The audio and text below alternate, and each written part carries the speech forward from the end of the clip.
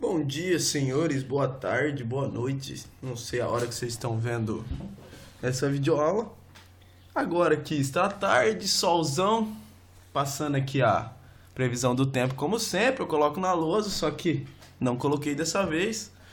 Então vamos voltar. Como a gente estava falando na última aula, a gente estava falando sobre resolução de sistemas lineares de equação, certo? Só que a gente já estava na parte dos modelos computacionais, a parte dos pseudocódigos. Já havíamos visto o método de eliminação de Gauss, o método da decomposição LU na última aula, certo? E agora a gente vai ver os métodos de Jacobi e o método de Gauss-Seidel, certo? Então, inicialmente, eu vou explicar o método de Jacobi.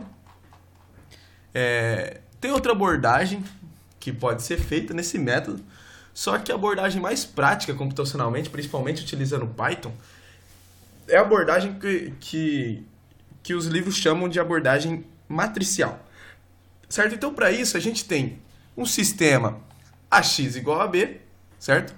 Onde a matriz A é uma matriz N por N, na qual a gente inicialmente vai decompô-la em outros dois matrizes, uma matriz D e uma matriz R, na qual a soma das duas tem que resultar a matriz A novamente, certo? Então, somente uma explicaçãozinha desse modelo, rapidamente.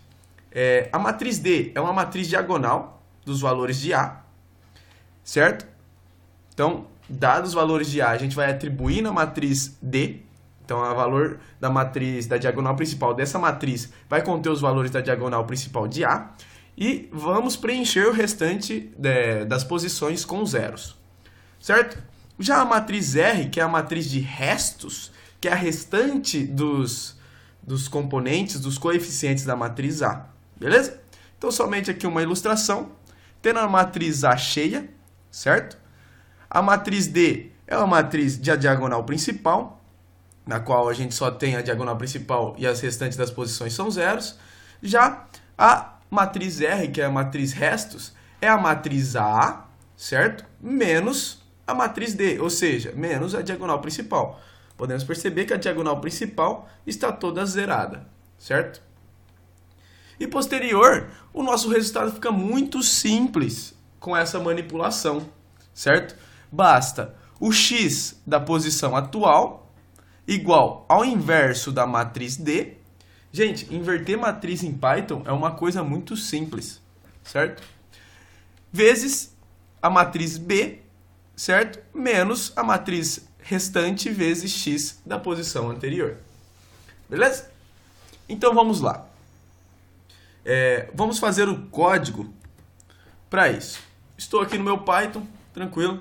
Inicialmente, vamos importar a biblioteca NumPy, que é a biblioteca científica que a gente está acostumado.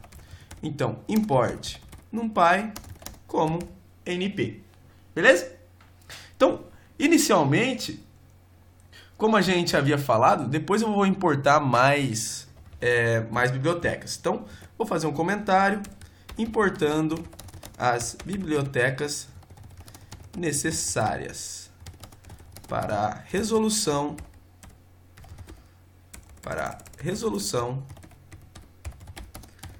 do exercício.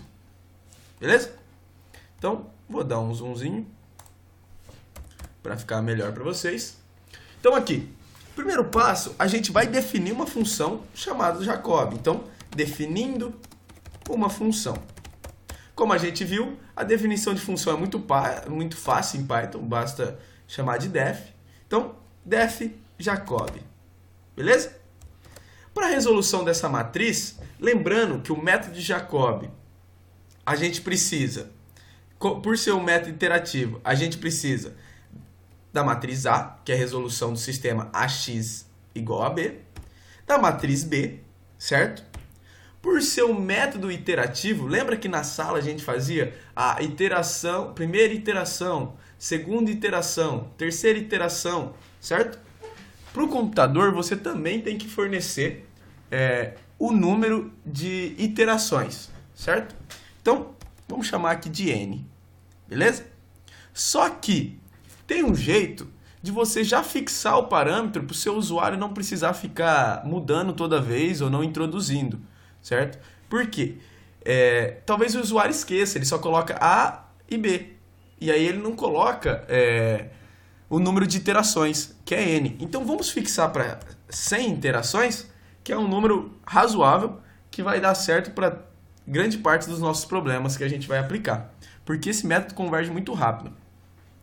Então, sabendo isso, que a gente tem a matriz A, a matriz B, o número de iterações, o que a gente precisa também?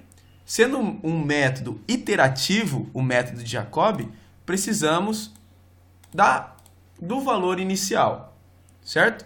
Então, vou fazer aqui uma lista de símbolos. Lista de símbolos, ou vamos chamar de simbologia. Simbologia.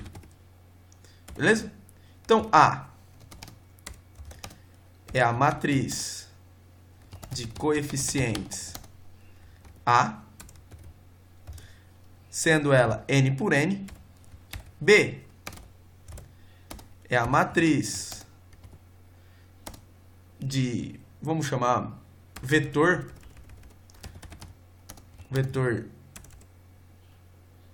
de resultados. Vamos chamar vetor de resultados, não tem problema. Na qual B, não sei se essa é a definição, é um vetor N por 1, certo? Por uma coluna. N maiúsculo é o nosso número de iterações máximo que o programa irá fazer, certo? E agora precisamos também das condições iniciais. Então, x0 vai ser o vetor de condições ou valores iniciais. Beleza? Então, vamos lá. Então, aqui a gente também tem que entrar com os valores iniciais. Então, x0... O x0 também, ele é igual ao problema do n. O usuário também pode esquecer. Lembra que na teoria em sala eu falei, sempre que um usuário não tiver dica das condições iniciais, aplique a condição 0, 0. Beleza? Então, mas o que é isso?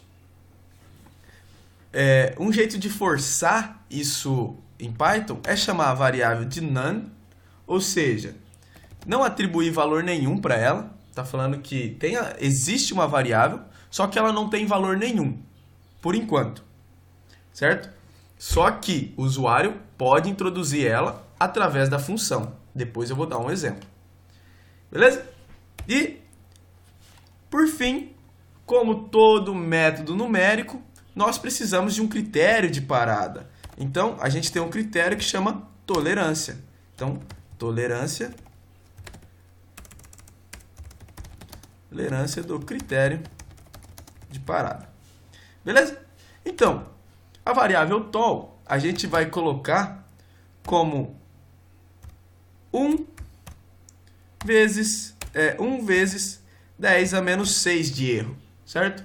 Então, o erro do nosso programa tem que ser 1 vezes 10 a menos 6. Então, ele só vai parar quando o erro ficar menor que 1 vezes 10 a menos 6. Então, vamos lá. O primeiro passo é a gente obter a dimensão da matriz A. Então, N é igual a len de A, certo? Então, dimensão da matriz A, certo? E como a gente vai trabalhar? Vai analisar o número de iterações, certo? Que a gente colocou que iterações tem que ser igual, no máximo, 100. Nós precisamos criar um contador de iterações. Então, iter vai ser igual inicialmente a 0, que isso aqui é o nosso contador de iterações. Por quê? Porque esse programa ele pode parar de duas maneiras. Ou ele para convergindo o resultado, ou seja, quando a tolerância é satisfeita, ou ele para quando o número de iterações for superior ao número de iterações máximo, que a gente colocou 100, beleza? Então vamos lá. O próximo passo é a gente verificar aquela condição que, que o nosso usuário ele introduziu ou não valores iniciais diferentes de zero. Então, caso o usuário não introduza nenhum valor inicial, aplicaremos a seguinte condição. Então vamos aqui. Então, se a variável x0 permanecer ainda igual a none, ou seja, que meu usuário não introduziu nenhum valor nela, a gente vai alocar zeros, ou seja, construir um vetor de zeros, como condição inicial, beleza? E para isso a gente usa a função np.zeros da matriz A. Somente, gente, aqui, ó, eu vou fazer um exemplo, somente para vocês verem. Insert below, vou introduzir import numpy as np. E aqui eu vou chamar uma matriz qualquer de f. Então, simplesmente vou plotar para vocês verem. np.zeros com uma dimensão 3x3. Não precisa você colocar... Se a matriz for quadrada, não precisa você colocar linha e coluna. Basta você pôr a linha, certo? Se isso aqui, ó, for um vetor, 3. Então, um vetor com 3 alocações de zero. Se eu quero uma matriz 3x3, beleza? Basta eu colocar outro parênteses. Uma matriz 3x3. Beleza? Uma matriz 3x3 e ele preenche de zeros, certo? Posso modificar 5x3, não tem problema. 5x10. E ele vai preencher com zeros. E essa que é a função da minha np.zero. Beleza? Então vamos lá. Vamos excluir isso aqui. Edit delete cell. Então tá. Então, descobrindo a dimensão da matriz A, criando o contador e dando a condição inicial, a gente vai iniciar o loop, certo? E como a gente faz o loop? Como a gente não sabe o número de iterações que vai convergir, a gente vai usar um loop que não tem pré-determinação de iterações, que é o loop while. Beleza? Então, aplicando um loop sem pré-determinação de repetições, que é o while, certo? Porque a gente não sabe em quanto tempo ela vai interagir, certo? Então aqui, a variável it, que é de iteração, sendo menor ou igual a n, a gente vai fazer, beleza? Lembrando, gente, que se vocês olharem no pseudocódigo que eu coloquei no trabalho, existem alguns passos anteriores que a gente tem que verificar. Primeiro, tem que verificar se o critério ele converge, certo? Tem que fazer o pivotamento. O que é o pivotamento? Se não tem na diagonal principal de A zeros, certo? Porque isso tudo faz com que um método não seja válido. Então, essa que é a questão do trabalho. Vocês melhorar esse programa meu, certo? Vocês vão pegar esse programa meu e melhorar. Então, vamos lá. Então, aplicando o loop de while, o que a gente vai fazer? Primeira coisa é fazer o contador somar. Então, a gente vai fazer it mais igual a 1. Beleza? Então, somando no contador. Essa função aqui seria a mesma coisa se eu fizer it é igual a it mais 1. Beleza? É a mesma coisa. Só que aqui é mais elegante, né? Mais bonito. Simplesmente por isso. Lembrando, agora o que a gente tem no método? A gente tem que a matriz D é uma matriz diagonal de A. E qual é essa função em Python? Tem uma função que faz isso? A gente precisa fazer um for? Não. Em Python tem uma função pronta para isso, que chama a função diag, certo? Então aqui, para obter a matriz diagonal de A, aplicaremos a função... Perdão, deixa eu acrescentar mais... porque eu vou pular de linha. Aplicaremos a função diag, a função de NumPy chamada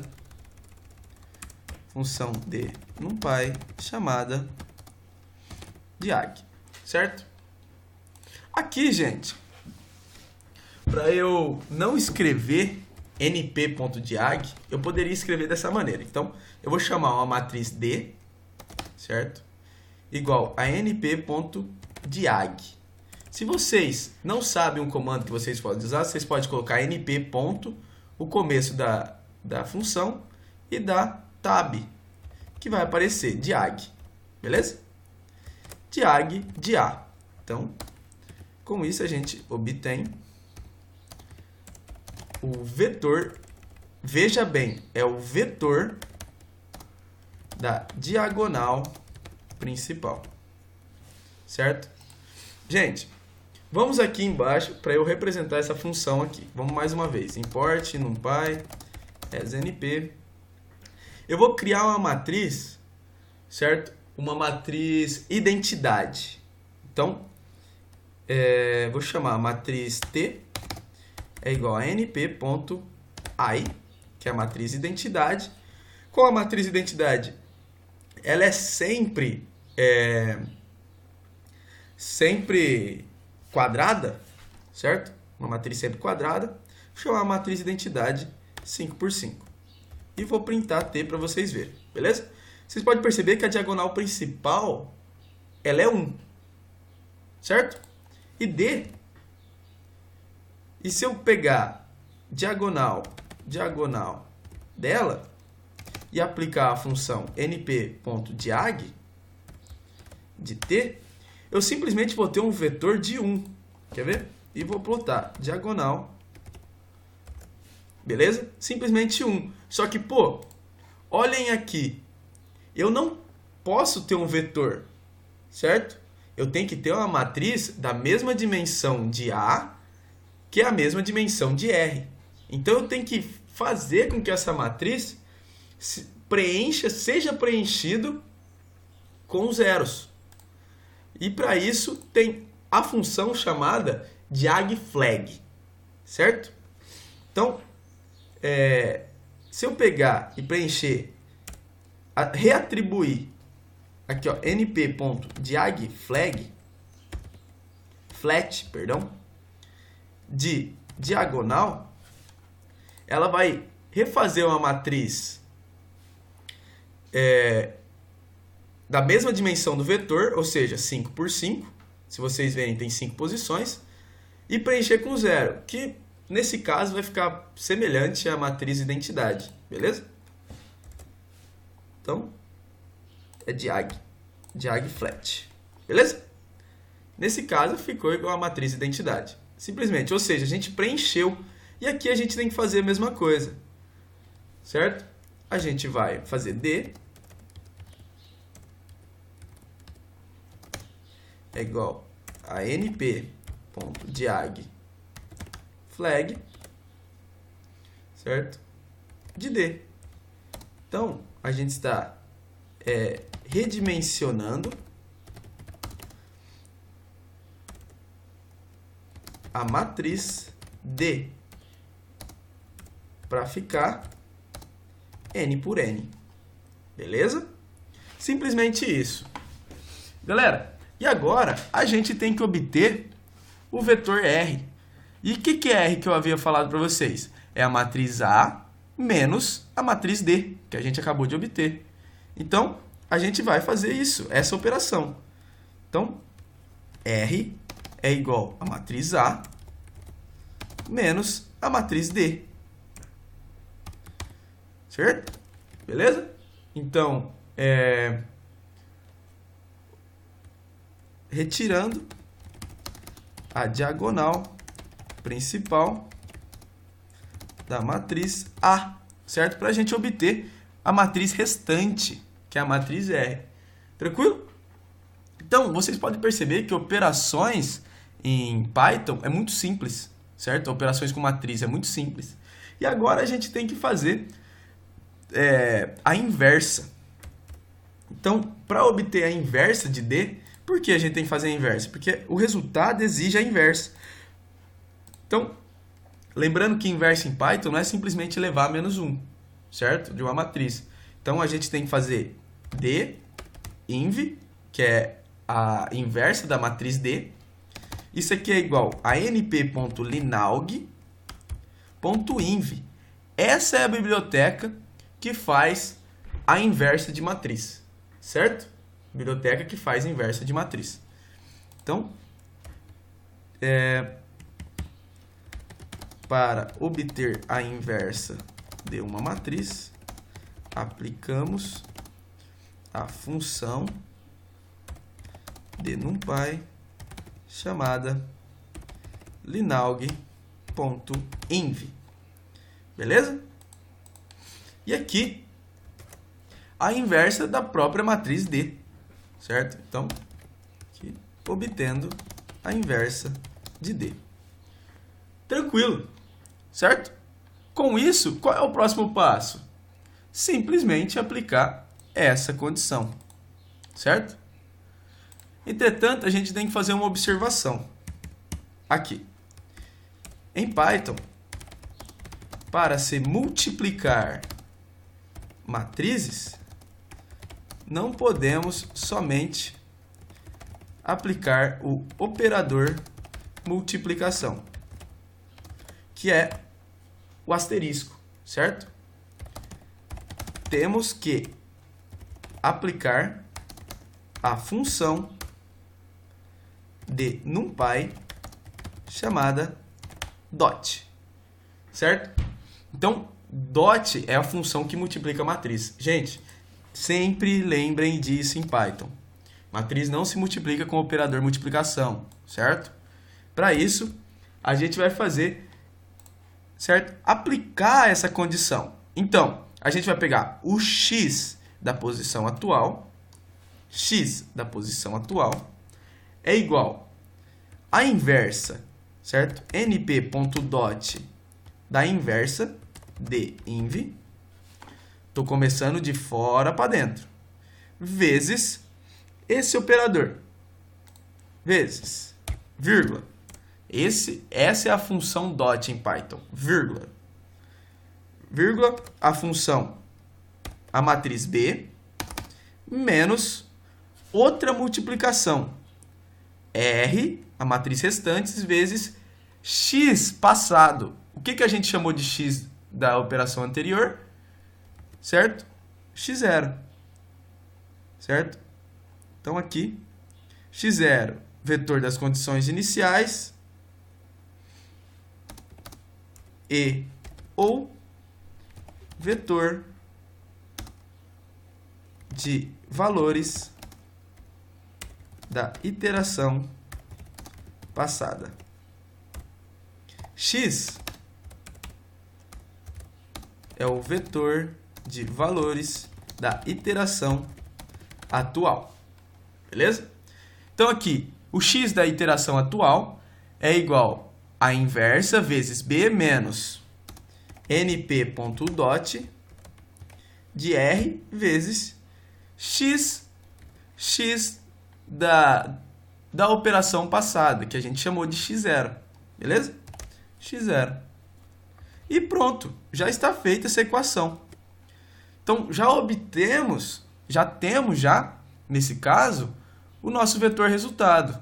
Então, aqui é obtendo o resultado do sistema para cada iteração. Perdão, passei da linha. Vou só dar um tab aqui, outro hashtag. Nunca passem da dimensão aqui, certo? Então aqui, x.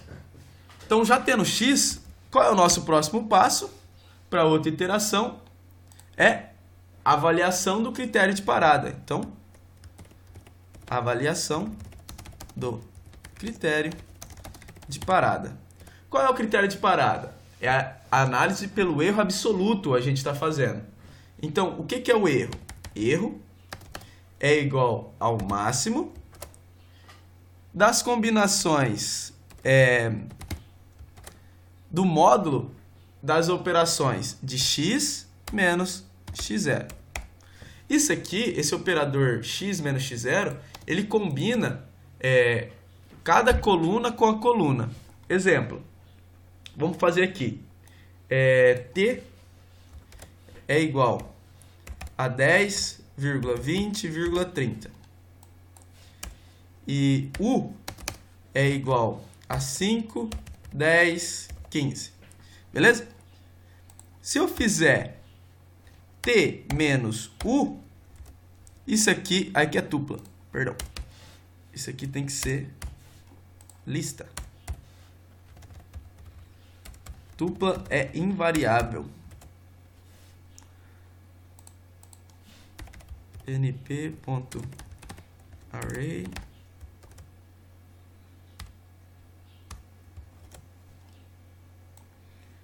todas têm que ser vetores. Beleza? Então, ele subtrai a primeira coluna de T menos a primeira coluna de U, a segunda coluna de T menos a segunda coluna de U. Então, ele faz as operações matriciais simples, que é a subtração. E com isso, ele aplica um módulo em cada uma delas e verifica o máximo dessa lista. E aí, a gente tem que verificar se erro menor que a tolerância, 2 pontos. 2 pontos. A gente vai retornar o valor de x do erro que a gente obteve e o número da iteração realizada, porque são parâmetros assim importantes numa função numérica que o programador tem que saber. Deixa eu excluir essas células de exemplo. Certo? E aqui agora, depois de obter a condição do erro, temos que atualizar o processo. Lembrando que Jacob, a gente atualiza somente no fim do processo. Então, atualização do processo. O que é isso? É a gente reatribuir x0 vai ser igual a x dessa iteração, para a gente recalcular e x mudar de valor, porque senão ele vai ficar... Então, a gente vai fazer uma cópia. Por que tem que ser uma cópia e não atribuição direto? Porque se eu mudar x, ele muda aqui em x0. A gente não quer, a gente quer que x0 permaneça igual ao x anterior. Então, por isso, uma cópia, para ele ficar invariável. Certo? E com isso, a gente já terminou a função. Já acabou. Somente para testar o nosso problema, eu vou criar uma matriz A fora desse sistema. Certo? Vou criar outra célula para ficar melhor. Rodei essa célula. Vou criar a matriz A, que é igual a np.array. Vou criar uma matriz de lista. 10 ponto, 2 ponto e 1 ponto, vírgula, 1 ponto, vírgula, 5 ponto e 1 ponto, vírgula, e por fim aqui da matriz A, 2 ponto, 3 ponto, 10 ponto. O vetor B é igual a np.array,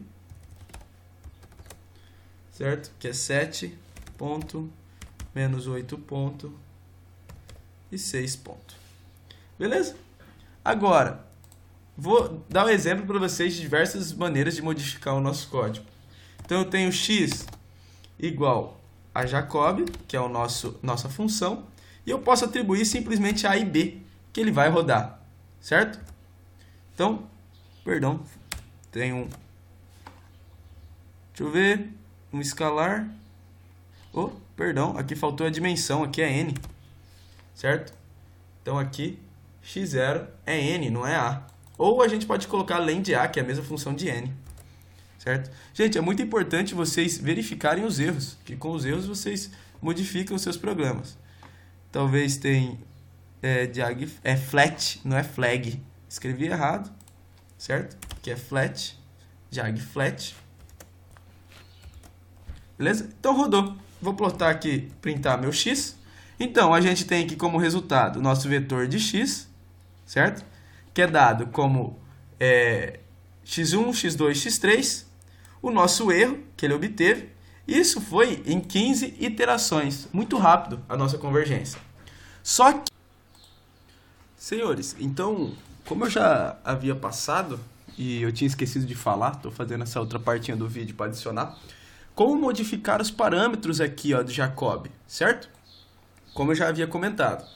Pô, para eu fazer isso, basta eu simplesmente colocar a função Jacobi, a matriz A, a matriz B. Pô, Juan, eu não quero 100 iterações, eu quero mais, eu quero 200, então basta fazer alterações nas posições. Eu sei que aqui é a matriz A, B, aqui é o N. Eu quero mudar o valor inicial para 2, 2 ponto, 3 ponto e 1 ponto. E mudar a tolerância para 1.0 vezes 10 a menos 50. Não sei, um erro minúsculo, isso aqui é zero. Nem sei se em 200 iterações isso dá. Mas vamos testar, somente para vocês verificarem que eu posso modificar todos esses parâmetros sem problema algum, certo? Então, eu obtive esse resultado, certo? Com um erro de zero, ou seja, ele mostrou zero porque... lembra aqueles erros de ponto flutuante? Ele não ia me mostrar 40 casas decimais, então ele falou que o erro é zero. E isso tudo, graças ao meu bom chute inicial, eu obtive em 42 iterações. Então, para modificar os parâmetros é muito simples em funções de Python, certo? Espero que vocês tenham gostado, certo? Isso aqui foi para ajudar o método Jacobi, e daqui um pouquinho vamos ver o método de Gauss-Seidel. Beleza, galera? Então, era isso que eu queria que vocês vissem. Estou renderizando outro vídeo, certo?